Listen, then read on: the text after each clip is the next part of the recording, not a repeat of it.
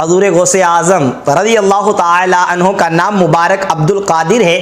आपके वालिद का नाम अबू सालिह मूसा जंगी दोस्त है। आप रज़ी अल्लाह ताला अन्हु की विलादत बासआदत बगदाद शरीफ के करीब कस्बा जेलान में 470 हिजरी में हुई। हजूर गौसे आजम रज़ी अल्लाह ताला अन्हु की कुनियत अबू मुहम्मद है।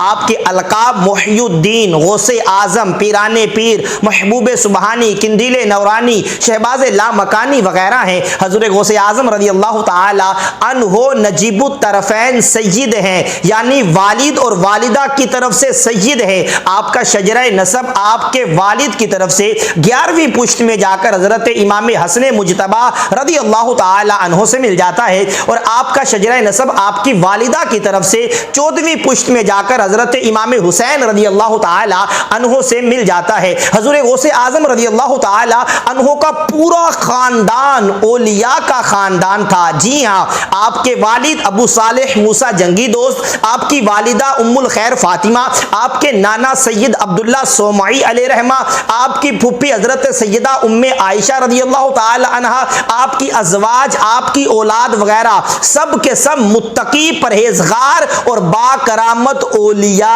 थे।